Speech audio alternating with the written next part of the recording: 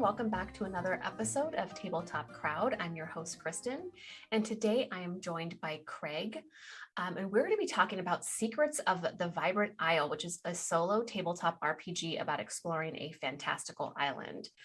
Thank you so much for joining me, Craig. Can you tell our audience a little bit about who you are and just an introduction to the game? Sure. I'm Craig Campbell. I'm the owner of Nerdburger Games. Secrets of the Vibrant Isle is a departure. It's like trying something new. I keep challenging myself and doing different things rather than just like finding one thing and just kind of building off of that same system. But basically, it's a solo RPG. It's for people who, when you don't have the time to get together with a group of people, you got a shorter amount of time maybe, or just can't get everybody together, or you just want to sit back with a snack and a drink and just kind of have a little adventure. So like you said, it's built around the idea of your character having shipwrecked on an island that is mysterious and colorful and also has some dark spots in it. And you go about exploring that island and ultimately meeting the inhabitants of the island as well, and befriending them and seeing if you can earn a way to stay on the island, because the island, being all mystical and magical and everything, doesn't let just anybody stay. So you have to kind of prove yourself that you are worthy to remain on this strange place.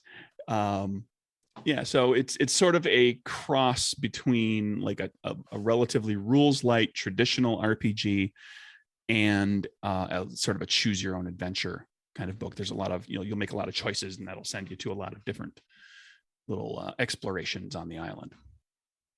So is there, I know some solo RPGs you play through once, and although it's a great experience, there's not a lot of replayability.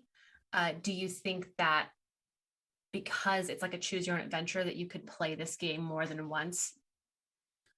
There's a number of ways to play. You can play kind of what I call like the short play, is you kind of treat it like an adventure game, and you're going to roll dice and keep track of things on your character sheet. And you're eventually going to, try to hit the win condition, so to speak, the end condition of being able to stay on the island.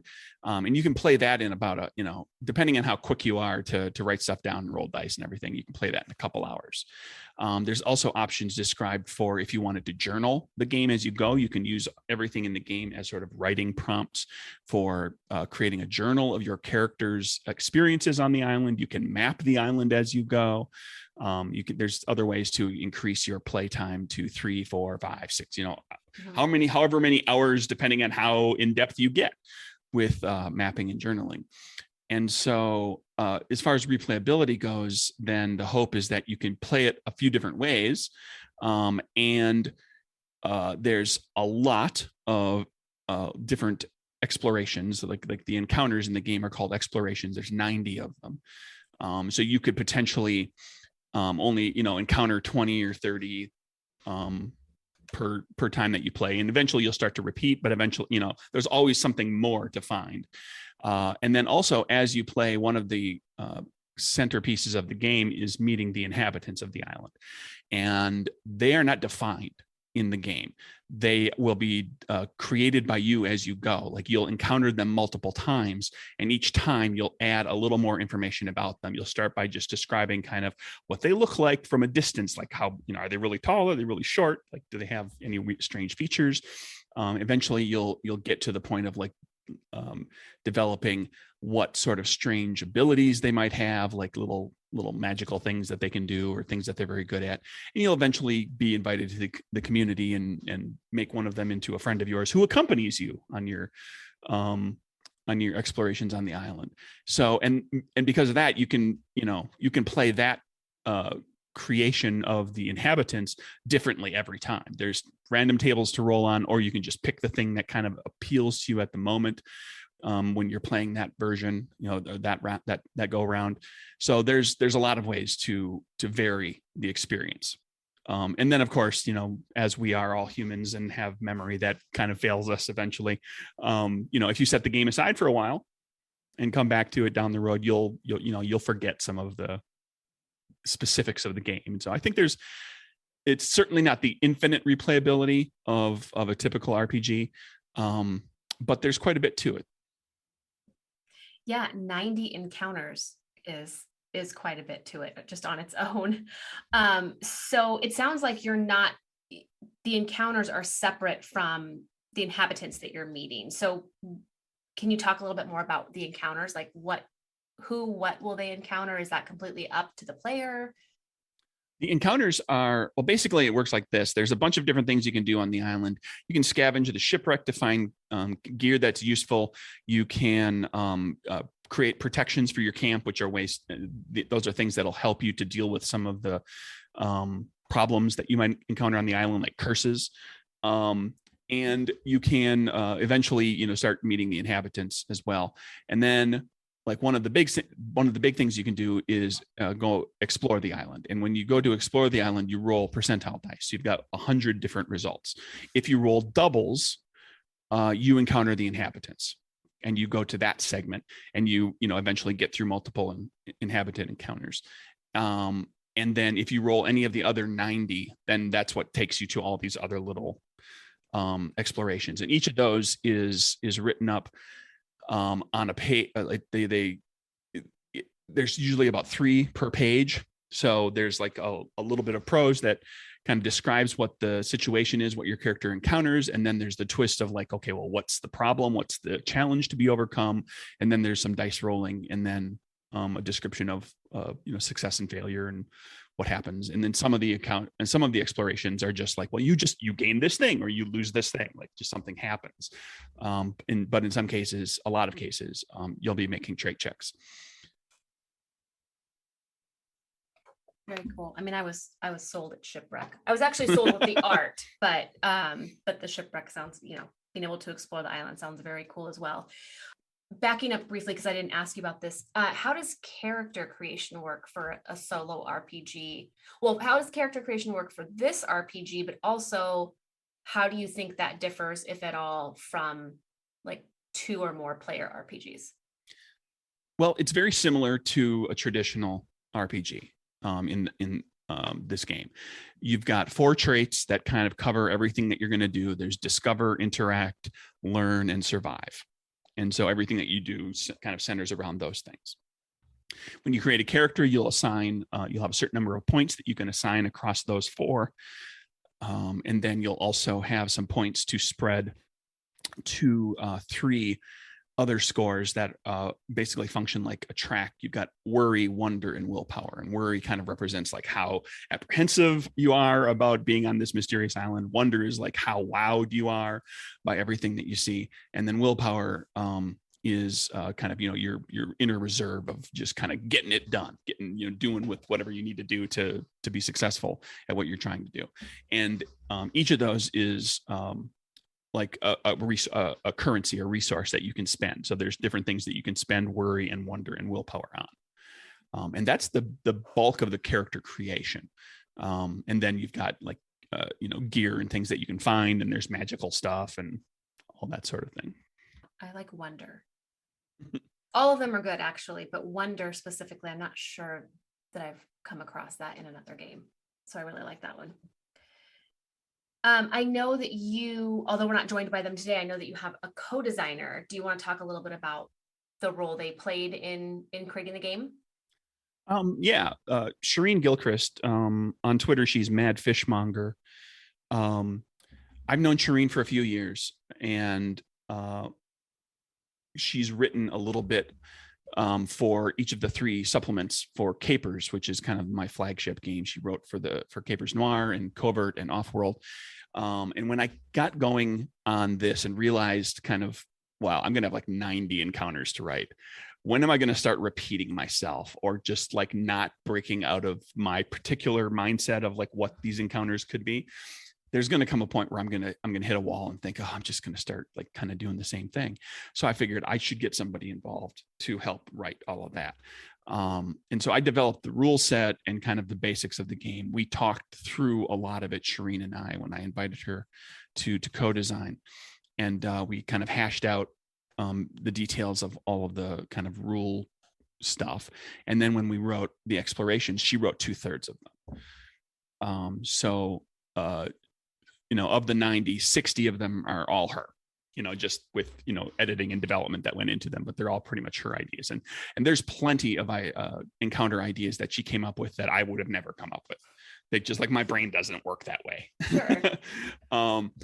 So Shireen was heavily involved, and it's been a while since I collaborated on a project to this extent, rather than just kind of providing an assignment for a freelancer. And it was a lot of fun. We had a great deal of fun with it. There were periods of time where we were kind of like in daily contact as we were kind of slowly building out encounters. And we had this big Google document outline of like, okay, here's all the explorations. Here's what the target numbers, kind of spread is. We want to kind of make sure that there's hard ones and easier ones. And we want to make sure that you have a chance to gain all the magical blessings that there are, but you also have a chance to gain the curses. We had to account for every little thing that we had. So there's this big, ugly outline that I'm sure she got tired of looking at, because she had to deal with it twice as much as I did.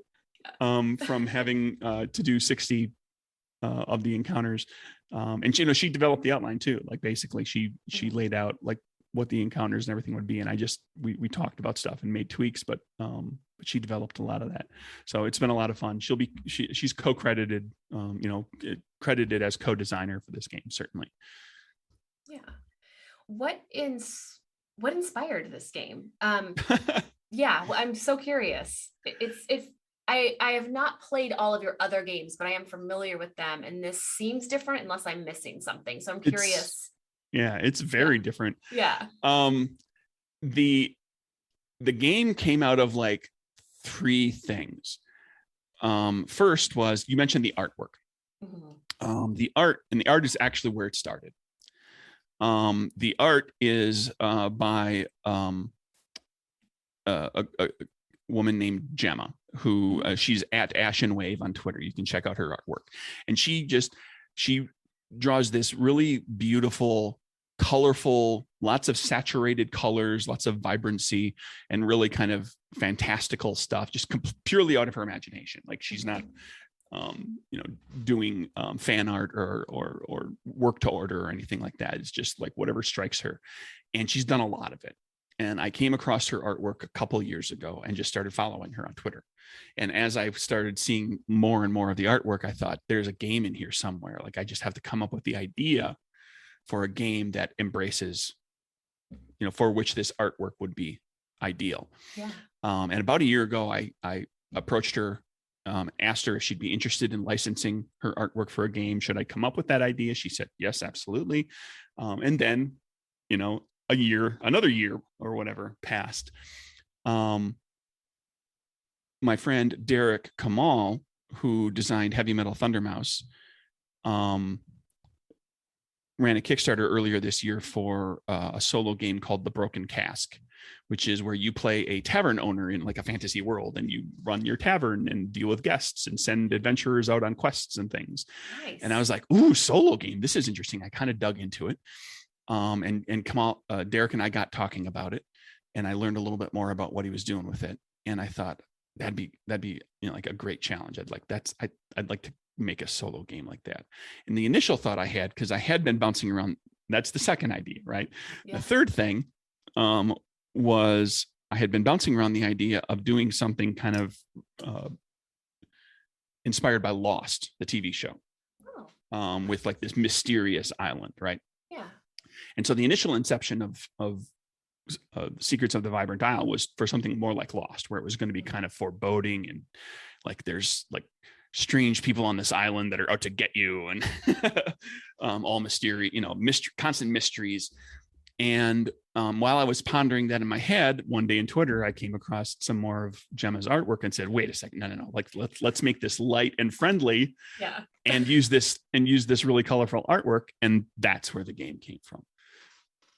I recently started a writing assignment for a board game, and it's the first time that I've done a writing assignment where I am sent artwork and I have to create the story based on the artwork. And it is really fun. And I think it accesses like a different part of your creative brain. So I love that you saw this art and followed this art and then made a whole game and stayed true to it, right? Because you kept it light instead of going dark, based on the art. So I love that. I love that you did that. There's dark bits, but the idea is that it is this kind of fantastic, bright, cheery island with all this wonderful stuff. But there's a little bit of, because she does, Gemma does use, blues and dark greens and purples and in some of the artwork. So, it worked really well. And once I latched onto the idea of like it being this lost like island, but let's keep it kind of a little lighter and happy and use this artwork, like it just, the ideas just started rolling. Very cool. Hey, Amber. Hey, Kenny. I've got a question for you. Okay. If you were going to come up with a new color of magic, what color would it be and what would the symbol be? Mustard and a vape. Ooh, nice. Good answer. One of many that you can hear if you listen to Red Mage, Blue Mage, our Magic the Gathering podcast that you can find on the Geekspective Network. Yeah, we talk all sorts of fun stuff, like we design cards, and we make up cards that represent us, and we talk about us. And we actually play against each other. So if you like watching YouTube videos and Twitch streams of people playing Magic, and you can't get enough and you're on your commute, you can just listen to us play Magic. It's fun. So you can find that on Spotify, iTunes, Apple Podcasts now, and other major platforms. And also, we have it up on YouTube as well. That's true. And you can tweet at us. We're at RedBlueMTG. We hope to see you there. Wink!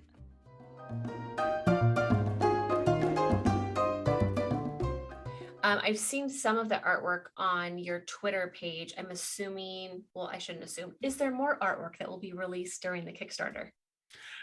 Oh, more than likely, there will be some reveals of some of the other artwork. There's a handful of pieces that are going to be on the Kickstarter page, and in the video that you'll be able to see. And then, since it's all done, that's the great thing about this is I'm not commissioning the artist to do any work. Yeah. I'll just be able to reveal some of the artwork as the campaign progresses as part of the updates. Because this game, this Kickstarter will be one of those ones where there's not going to be a lot of, or maybe probably any like stretch goals or expansions to what it is. The game is a very specific, tight thing that runs a certain way, and it has like 100, there's 100 percentile roll results and 90 explorations, and there's only so many things that could potentially be expanded. Without like really kind of taking the game in a whole nother direction and making it more complex. And so like, one of the things that'll probably happen with Kickstarters is revealing more of the art and maybe seeing some of the explorations so people can get a sense of like what those are going to look like. Yeah.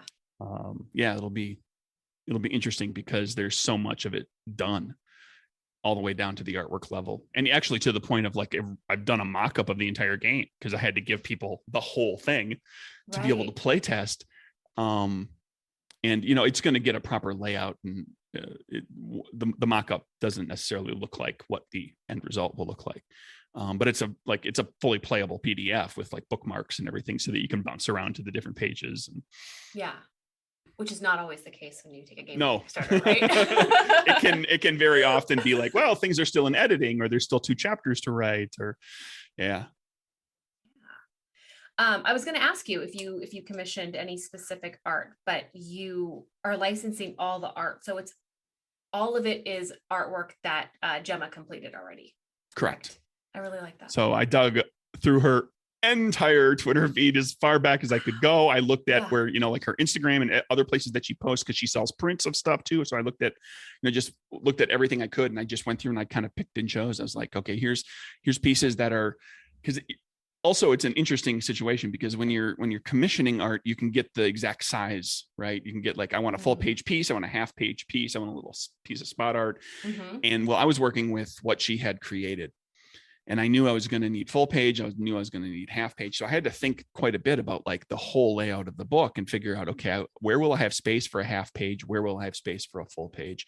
And find all the right art that will kind of fit the book properly. Yeah.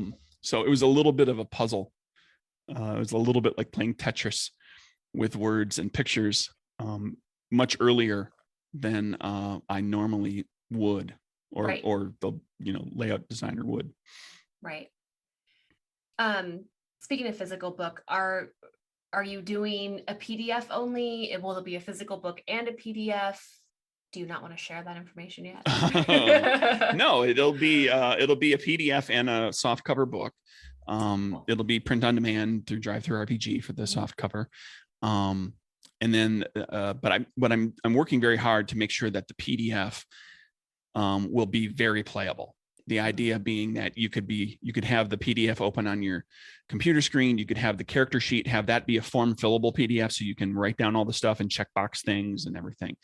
And then the game PDF will be bookmarked for all the major sections, and then there'll be even links on pages too, where it says like, well, you encountered this thing, go to page. It'll be like really kind of like how Choose Your Own Adventure was, where it told you what page to go to, and that page number is a link and will take you right to that page.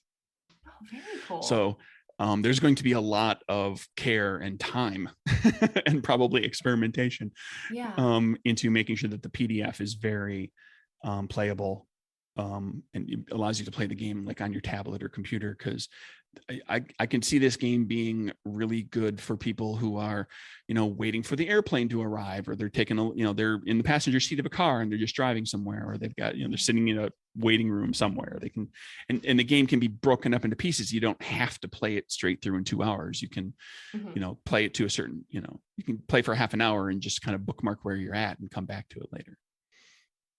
That's a nice piece about solo RPGs, I think, that allow for that you can bookmark and come back later, much like you would a good book, or even like a session of a regular RPG that you're going to play multiple times, right? You get that pausing point. So I know you mentioned that the game uses percentile dice. Is there anything else the player needs to get started other than the game, the PDF or the physical copy and the dice? The other components. Right. It's the explorations are done with percentile dice. All the trait check sort of things are done with D10s. So you can play the whole game with just 2 D10s. Nice. That's convenient.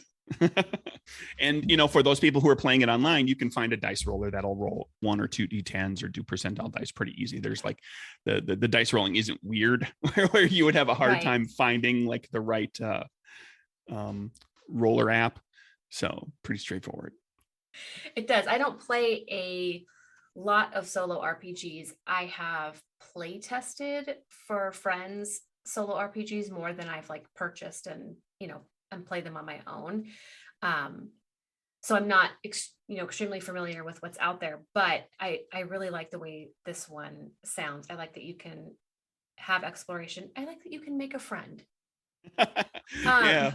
That's a really cool piece. Is there a chance that the inhabitants won't become your friend, or is that part of the light piece where you can always have a companion in the game? It's built into the game that's kind of part of the win condition, really, is to befriend the inhabitants, to kind of integrate into their community and get to know them, and develop them in the process, because you're really world building them as you play. And then there's other companions and things that you can come across that will help you. And there's also what are called in the game nuisances, which is like this creature starts following you around and messing with you until you can find a way to get rid of them. That's fun. Is it an already created creature?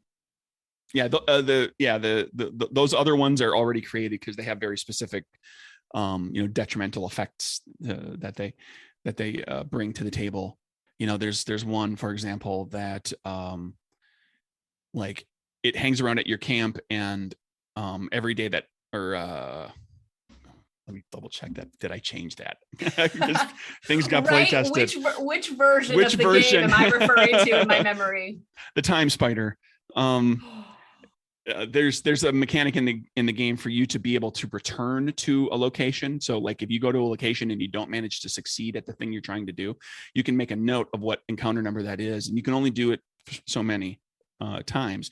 But the time spider, if you choose to return to a location that you've been to before, you have to spend 2 actions instead of 1. Like the spider like confuses you and makes it take longer for you to go back there. And the number of actions and days that you have is you're on a deadline to prove to the island and the inhabitants that you belong there. So you're trying to get all of this done in a prescribed amount of time. So anything that eats up your time is detrimental.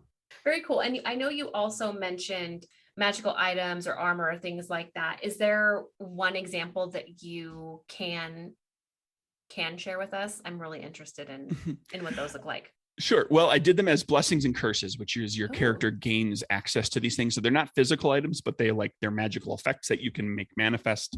The curse just hits you and you have to deal with it until you can get rid of it. Yeah. Let's see. What is one of the blessings? There's a Rune Sword, which can translate runes. And there's different spots in the game where that is helpful. And then it also gives you a +2 to survive checks because it's a big freaking sword. I love that. Oh, yeah. So it helps you, deal with any nasty things that you come across on the island. There's also golden wings. Ooh. Gives you a +2 to discover because you can survey things more easily, and also allows you to fly to get up to high place, get up high to places.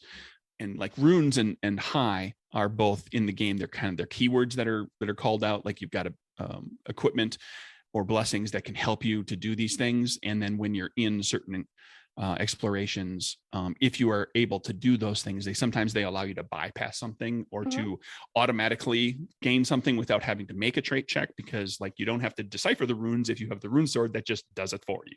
Right. So I do want to ask you, I know we talked a little bit about the Kickstarter. I do want to ask you to share anything else you'd like to about that. But first, I know you mentioned that your flagship game is Capers. Is that correct? Yes. Is that the first game that you designed? No. The first one was Murders and Acquisitions, which is it's about beating people up in an office. Like that's the easy version of it. It's set in a kind of over the top, tongue in cheek corporate world where it's all very, dog eat dog. So you're vying for whatever you can get in this corporation by whatever means necessary. And then Capers is the second game that I designed, and that's about superpowered gangsters in the Roaring 20s. Oh, I don't think I've played Capers yet. How have I missed this? Okay, can you tell me a little bit more about Capers? I know we're here to talk about Secret Vibrant Isles, but I'd like to hear a little more about Capers because I haven't played it somehow. Sure. It's set in the 1920s.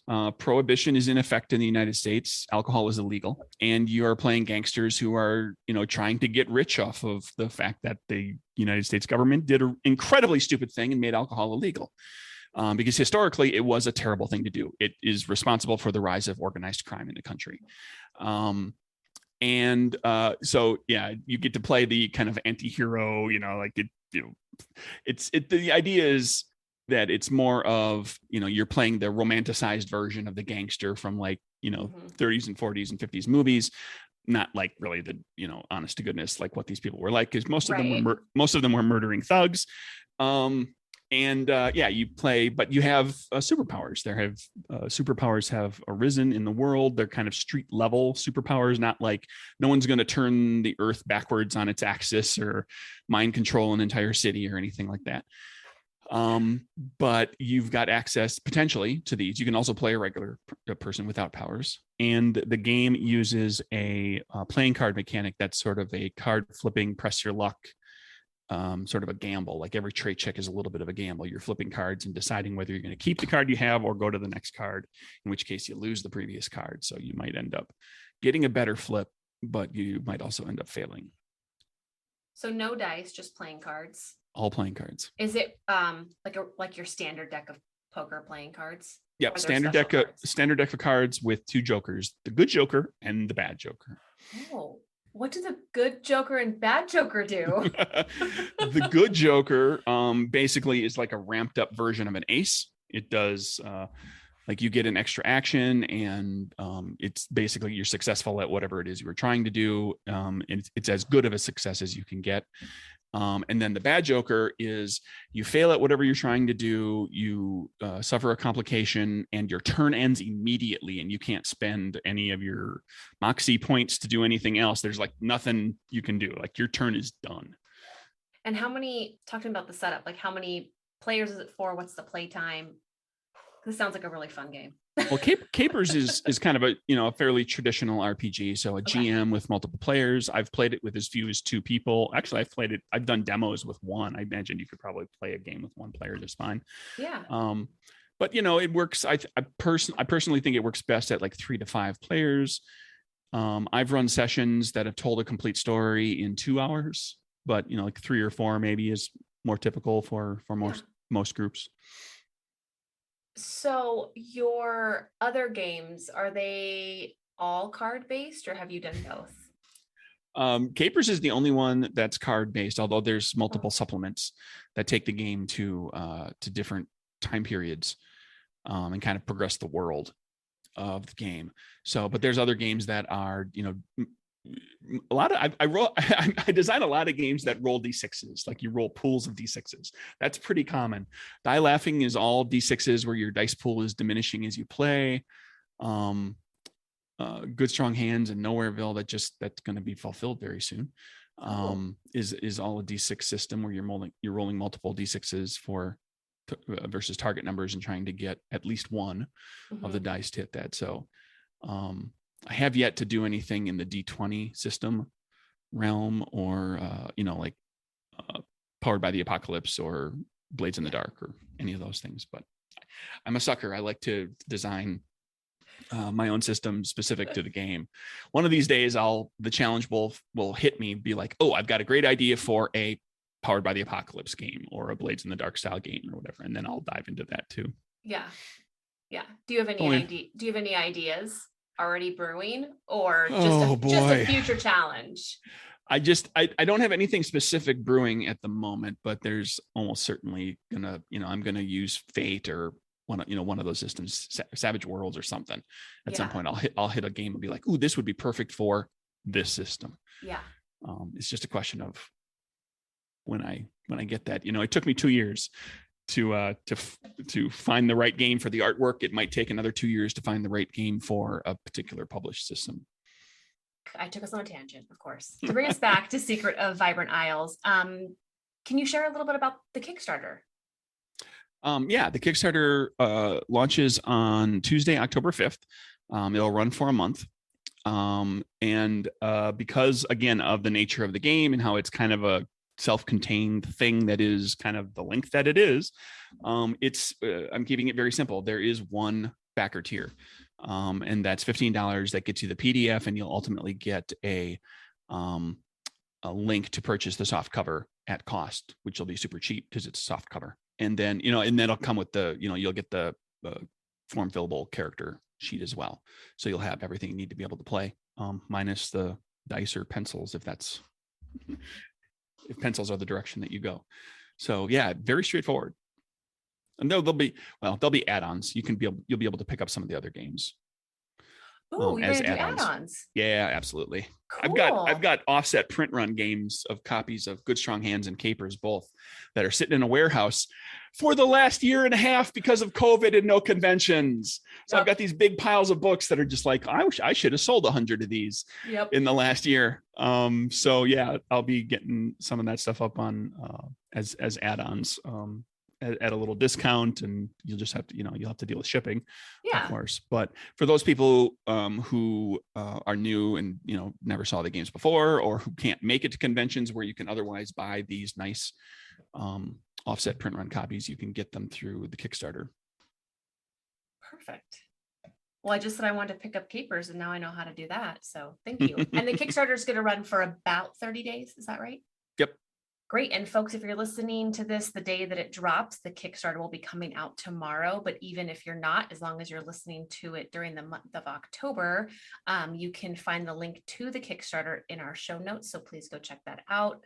Back it, tell your friends, share it on Twitter and all social medias. Craig, thank you so much for joining me today. It's been a blast talking with you, not only about Secret and Vibrant Isles, but all your other wonderful games. So if you don't mind telling folks where they can find you, that would be great. Sure. I'm at Nerdburger Craig on Twitter. The company website is nerdburgergames.com. And you can go to drivethrurpg.com to buy the games. But if you're thinking about any of these other games, make sure to check out the Kickstarter in case you're looking for this, and check out the add-ons because you're going to get better deals. And in the case of two of the games, like a really nice book. Not, print on demand is good, but offset print run is better, sturdier, tougher book.